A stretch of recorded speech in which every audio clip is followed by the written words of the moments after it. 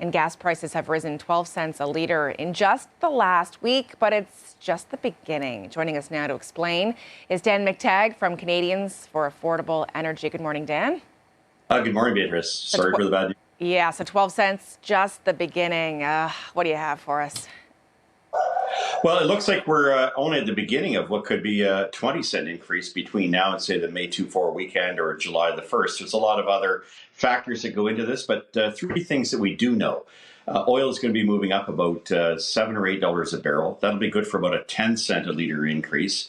We know that mid-April, we have the switchover from summer blends of gasoline to winter blends of gasoline. It does cost more for refiners to produce that particular blend.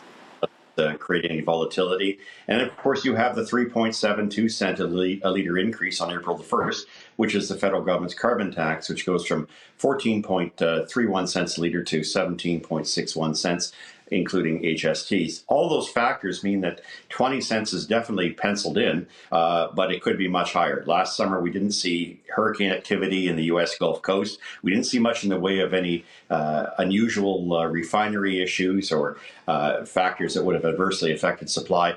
This issue really is about supply and demand. Supply is not meeting the surging demand, especially in the United States, where things seem to be going very well. Do we typically, Dan, see this kind of trend as we start to move into the spring and in the summer? Is this typical? I don't remember seeing 20-cent jumps. No, and it's 20 cents over several weeks, but we don't see it this early. Some will say, well, this is shoulder season. A lot of refineries are going through the process of cleaning up before they begin the spring fuel, and turning over that switch over from winter to summer gasoline.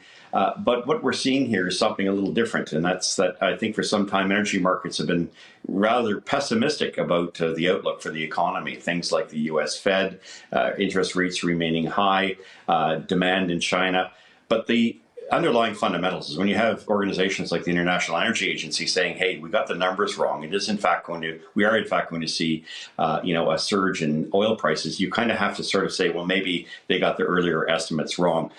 What we're also seeing here, of course, is the reality that this is, it may just be March, but February to February, 2023 to 2022, there was not much difference in gasoline. We did a quick calculation, and according to my numbers, which is why I think Stats Canada is going to have some trouble pointing gasoline or diesel as being the culprit, especially natural gas and propane.